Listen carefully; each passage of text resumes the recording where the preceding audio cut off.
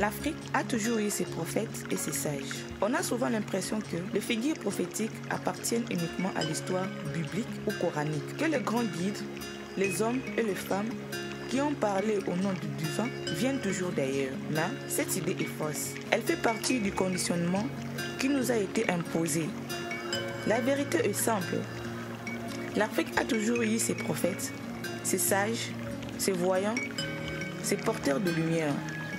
Ils n'ont pas toujours eu le même titre, mais ils ont toujours été là.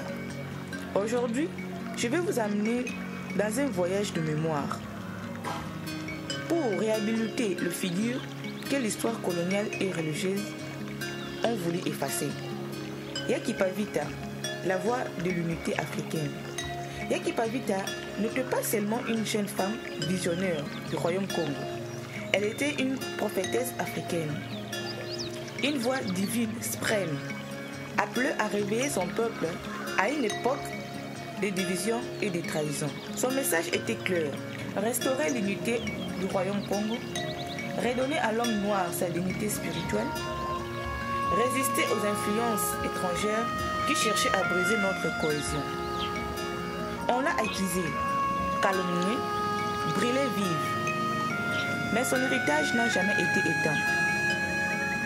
Elle a été et reste l'une des premiers symboles d'une foi africaine consciente, tournée vers la souveraineté spirituelle et politique. Walongo Fumukimbangu, le libérateur spirituel. 2 siècles plus tard, une autre voix s'élève, celle de Walongo Fumukimbangu. Il n'était pas un simple prédicateur, mais un messager divin envoyé pour annoncer la libération spirituelle de l'homme noir. Par ses guérisons, sa vision, son appel à l'émancipation, il a bouleversé le Congo, l'Afrique et le monde, et effrayé les colons.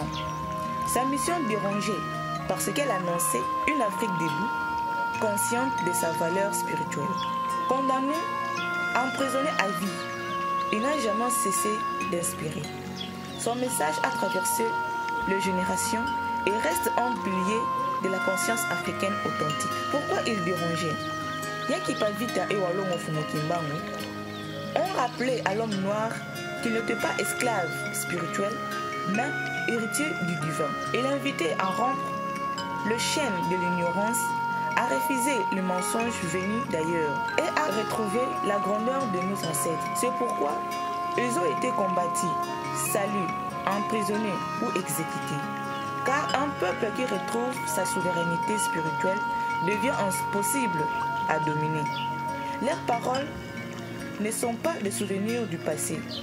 Elles sont des clés pour le présent. L'Afrique ne peut être souveraine sans réconciliation spirituelle. Nos luttes politiques et économiques resteront fragiles si elles ne reposent pas sur une base sacrée. La dignité de l'homme noir commence par la connaissance de sa source spirituelle.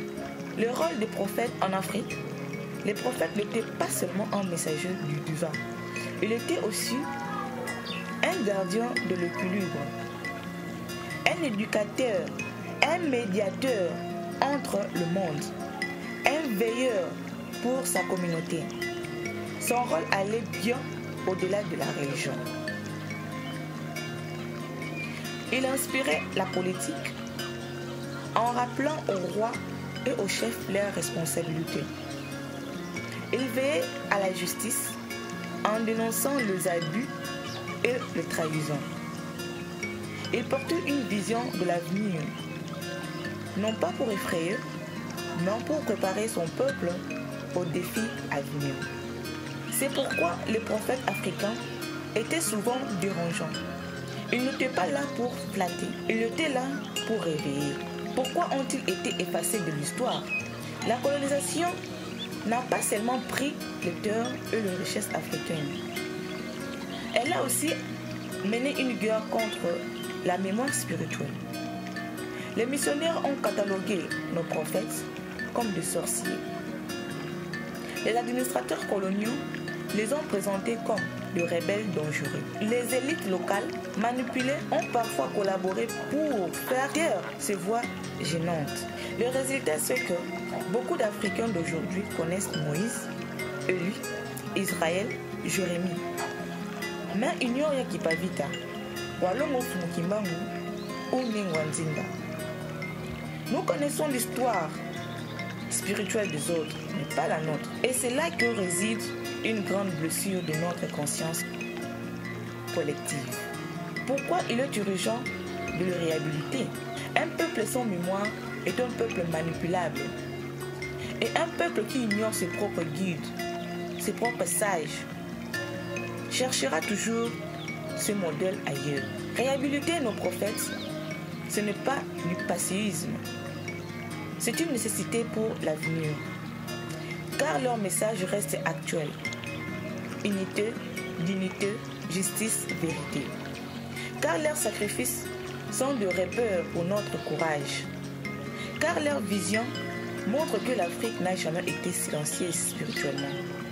Imaginez une jeunesse africaine qui découvre qu'elle a ses propres prophètes, qu'elle a des figures qui ont donné leur vie pour sa souveraineté, que sa spiritualité n'est pas une copie, mais une source authentique. C'est ce que nous devons offrir. Et aujourd'hui, les prophètes ne sont pas que des livres d'histoire. Chaque époque a ses éveilleurs, ses voix, ses gardiens.